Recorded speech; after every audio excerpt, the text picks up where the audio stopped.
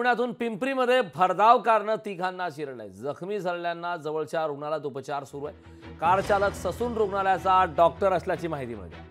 अपघाताच्या 1.5 तासानंतरही पोलिसांना अपघाताची कल्पना नाही। त्यामुळे पुण्यामध्ये अपघातांचं सत्र सुरूच आहे।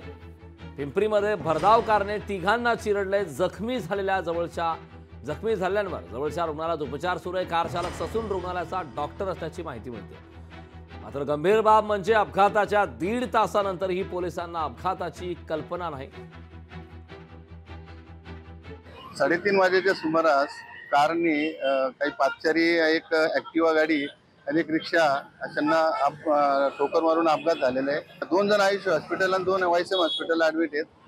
त्यापैकी वायसीएम हॉस्पिटलच्या किरकोळ जखमी आहेत आणि आयुष हॉस्पिटलची एक महिला आहे, तिला पण किरकोळ लागलेले आहे। दुसरा जो एक इसम आहे त्याला थोडंसं जास्त कमरेला लागलेलं आहे, त्याला सिटी स्कॅन साठी नेलेले आहे। अपघात कार इथं समोरच राहतो, कार ड्रायव्हर त्यांनी आल्यानंतर अपघात केलेला आहे। अजून चौकशीमध्ये काय असेल ते निष्पन्न होईल।